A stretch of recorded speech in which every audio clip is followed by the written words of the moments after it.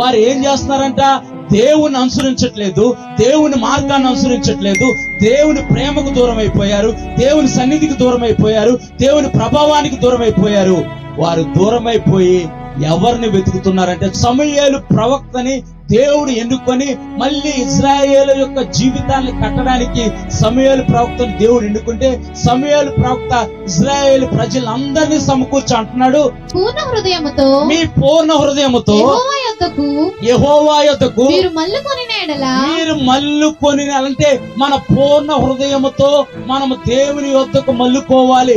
ఉపవాస ఉజ్జీవుల పండగలు అని అంటే, ఉపవాస పండగలు అని అంటే మనము దేవుని వైపు మల్లటమే. దేవుని నామానికి మహిమ కలుగును గాక.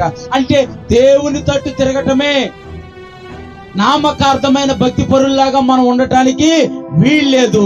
ఈ అంత్య దినాల్లో మనము దేవుని వైపు తిరిగే వారిగా ఉండాలి.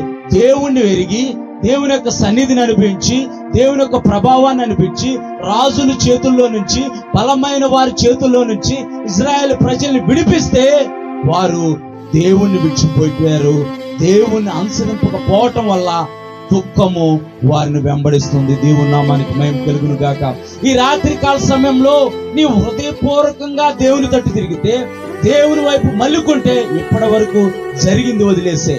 ఇప్పటి వరకు నీ జీవితంలో ఏ నష్టం జరిగినా, ఏ బాధ వెంబడించినా, ఏ కష్టం వెంబడించినా సరే, నీవు హృదయపూర్వకంగా దేవుని వైపు మళ్ళితే, దేవుని తట్టు తిరిగి చూస్తే గనక దేవుడు కోల్పోయిన దానికి రెట్టింపు దయచేసే దేవుడు. దేవుని నామానికి మహిమ కలుగును గాక. మనం మొట్టమొదటిగా ఉపవాసం ఉంటున్నామంటే దేవుని వైపు హృదయపూర్వకంగా పూర్ణ హృదయముతో ఆయన వైపు మల్లుకోవటం అంటే ఆయన తట్టు తిరగటము.